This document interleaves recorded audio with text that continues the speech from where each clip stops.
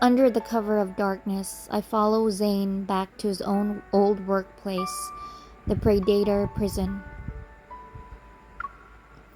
We make our way down the underground corridor and into the cell block. Iron bars greet us, and a sign on the wall catches my eye. It reads, "Escape attempts are prohibited. Violators will be fined." I don't think an escape is worried about fines. This is your idea of humor at the prison? Yes, it's supposed to lighten the mood. I'm sorry, but I don't think finding something to laugh about here is easy. Well, we tried.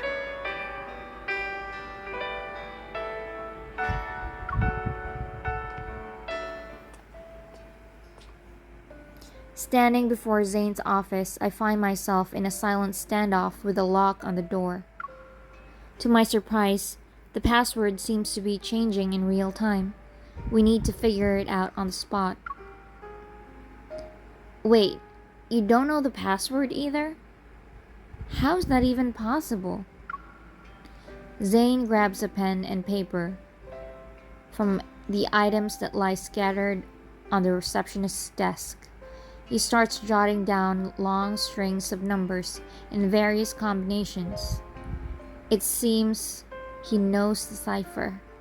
When a predator goes into a frenzy, they temporarily lose their self-awareness. In addition, their pain response is dulled and their emotions are suppressed. In this state, it would be impossible to keep any secrets.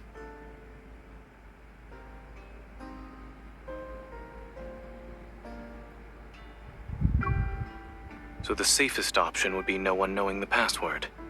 That includes me. I watch him work through the calculations.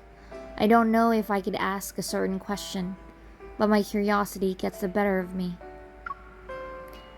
What would happen if you went into a frenzy? The frenzied state amplifies a predator's inner desires. Using that logic, the counter would be self-restraint. Perhaps I'll build my own personal containment cell and lock myself in it. The image of him desperately struggling to control himself flashes through my mind. My heart grows heavy. I carefully think about my response. Have you ever tried the frenzied state? No.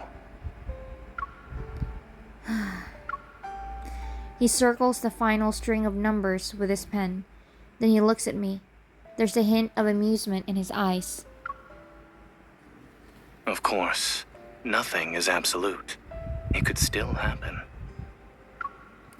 What will you do then? Nothing too fancy. As I said, I'll find a place to lock myself away. He enters the password into the lock, and the office door opens.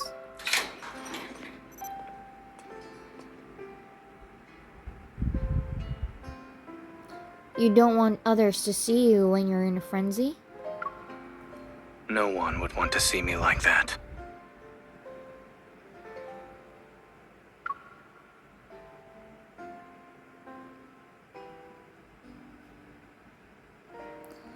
I interrogated hundreds of predators. It'll take a lot to scare me. Trying to sound casual while speaking from the heart, I pretend to be interested in the items on his desk. I idly touch them as I talk. If you ever go into a frenzy and no one's around to watch you, you can always call me. He looks up at me, and I feel my cheeks become inexplicably warm. I quickly add to my statement.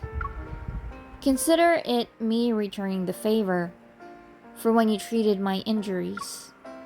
Out of all the places you could have gone to for treatment, you chose a vet clinic.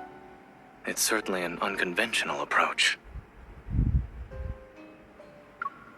Who would have thought your clinic was hiding a real doctor? You even nursed me back to full health. I was really lucky. Zayne turns to reach for something from the bookshelf behind him.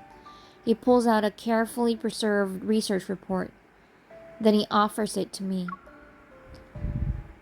With the other two research reports, a more complete picture is formed. I let out a sigh of relief.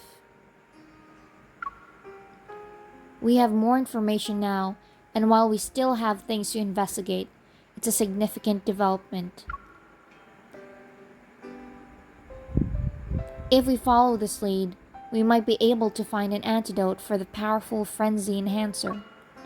Lincoln City can become a more peaceful place, and I'll be one step closer to retirement. The corners of Zayne's eyes crinkle. Amused, he humors me.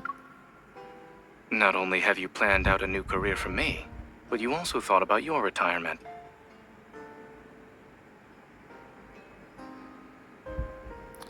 Time waits for no one. Better safe than sorry. What about you? Have you thought about what you'll do once this is over? He looks at me, and something flickers in his eyes. Whatever it is, he keeps it to himself. I'm afraid not. Do you have any suggestions for my retirement plans? Why don't you go back to being a doctor? I'm sure you'll make a fortune. Don't forget to send me the address of your new clinic when you open it. I hope it'll treat humans and turtles. I'll treat whoever visits. However, I hope you won't be one of them.